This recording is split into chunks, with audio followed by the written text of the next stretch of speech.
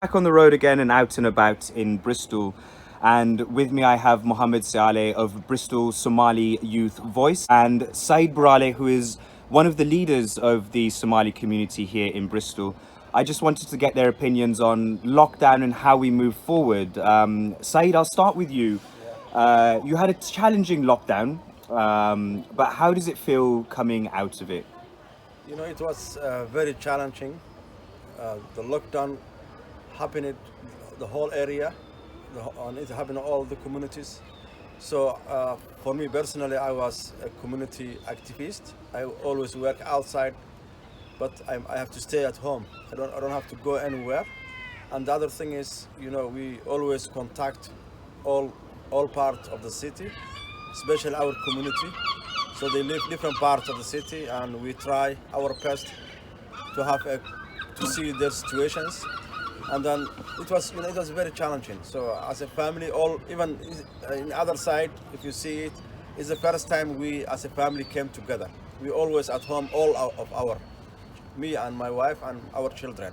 We Yeah. all staying inside, and this is the first time in my life we are all together in a house for some long hours, and it was challenging. And Mohammed, I know that you actually took some action during lockdown to help your community.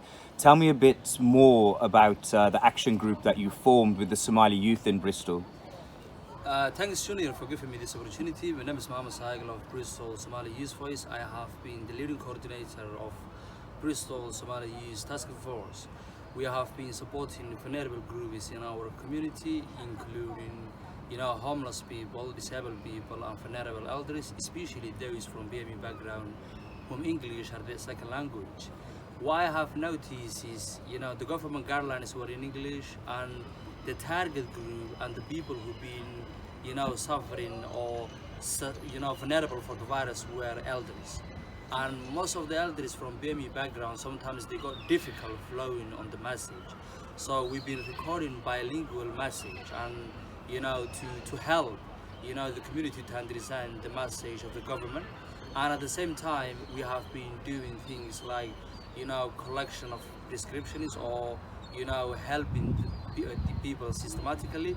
And we also got support group on one-to-one, and we have been supporting the people through the phone. One of the COVID-19 was a huge challenge for our community, but this was proportionally difficult from the people from the deprived areas, like the place in Laurel and the inner city, and especially and at the same time including those from ethnic minority background.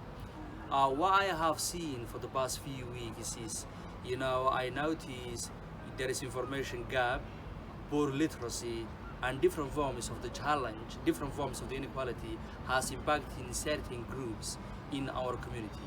And to be honest, COVID-19 has exposed structural inequality in our city. But at the same time, I have seen real community spirit.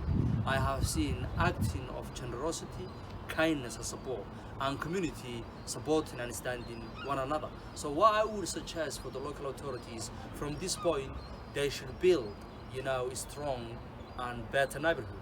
So it will enable the community to come together and respond together situations like this in this unprecedented situation. And the fact is, the COVID-19 was a learning curve for everyone. It was something that we don't know before. So it affected, us financially, it affected our social, mental, and physical well-being. And more importantly, we are planning to do some work after the lockdown. So we're helping the people who are suffering on the consequences of the COVID-19. And thank you for that, Mohammed. Just to wrap up on this, Mohammed touched on coming out of lockdown, coming out of COVID-19. Said, I wanted to ask you as a community leader, what are your feelings on how the different Asian, Black, and ethnic communities in and surrounding Bristol can come together moving forward? I think the report that came from the coronavirus. What they say is that most of the BME affected.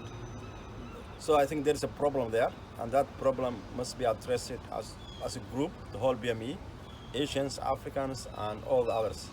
And that is one of the best things. And the other thing is, I think the government must also, or of local authority, must also address properly, and they must contact the grassroots of the community, and they work with the community together how they will prevent not to happen it again. Because as a community, we had a lot of victims who died in coronavirus, and I think if they maybe there will be some help if if it started earlier than that.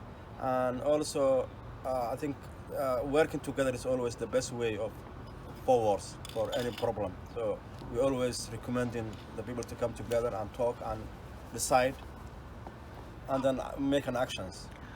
Gentlemen, thank you so much for the time. Mohammed, you've got one more thing to say? Yeah, I got one thing to say. The COVID-19 was quite scary. And to be honest, we believe, from the point that Saeed mentioned, earlier, people were quite scary and they think if the person went to hospital, he may not come back. There is a lot of people who've been living in isolations and also not got enough skill to follow, what's going around through technology. Elders, they wasn't, they wasn't more open to the technology, or they haven't got skill to follow, the government guidelines and what's going on. So from this, the consequences of the COVID-19 will stay for a while. If these consequences is not over, so our plans, we will think about, our team, we will think about to navigate the gap and then to design, program that supporting the community. So we enable the community to go through this difficult time together. But what I want to say is, because of the data, because of the reports that come out, it is very clear that there is proportionally the COVID-19 has affected the BME community. So people, they feeling scary, and that is real issue. For example, in my community, that's real issue. So what we want is, we want all the relevant agents, including the local authority, they should design, better strategy, on the post COVID-19. So we help those who are suffering because of the consequences of the COVID-19. One question that both of you have raised in my head as we're sat down talking: how are your feelings on how our local authorities helped with getting information out to the grassroots, like you're saying? Because there seems to be a slight feeling that maybe because it was very difficult at the beginning of the pandemic, the authorities were just not ready and not capable and didn't quite do enough. Yep.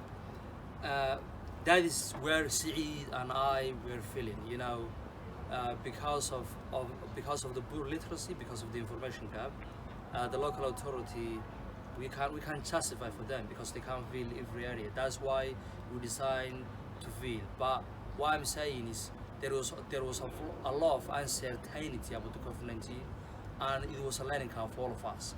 But the local, it seems like government is improving its reaction against the COVID-19 as the time goes on. So what I would suggest is they should improve the loopholes. There is a lot of loopholes, and we should support the community. And they should support this time the neighborhood and grassroots organizations who are working and reaching disengaged groups.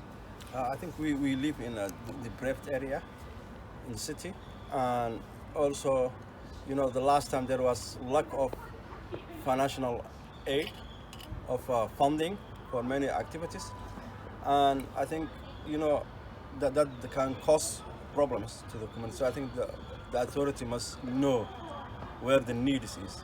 So the needs sit always there, and instead of trying to develop the economy of the financial, of education, of many things, it will help.